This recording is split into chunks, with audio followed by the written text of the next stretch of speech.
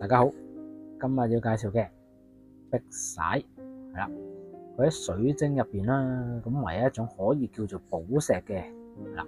點解咧？因為佢硬度真係達到9度嘅係啦，佢比水晶硬啲嘅係啦。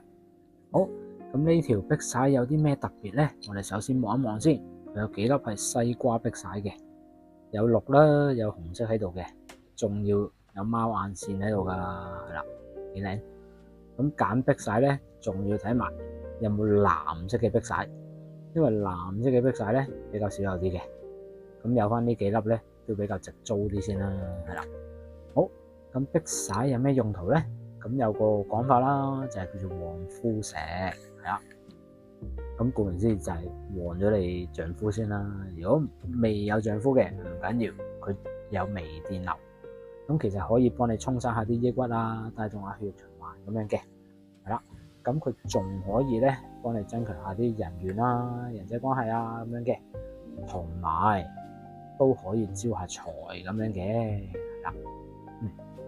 好，度一度個 size 俾大家望一望先，係啦，呢條都比較細 M 少少，7.3度，好，試埋上手俾大家望一望先，係啦。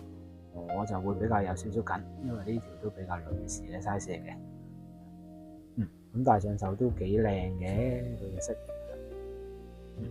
幾舒服。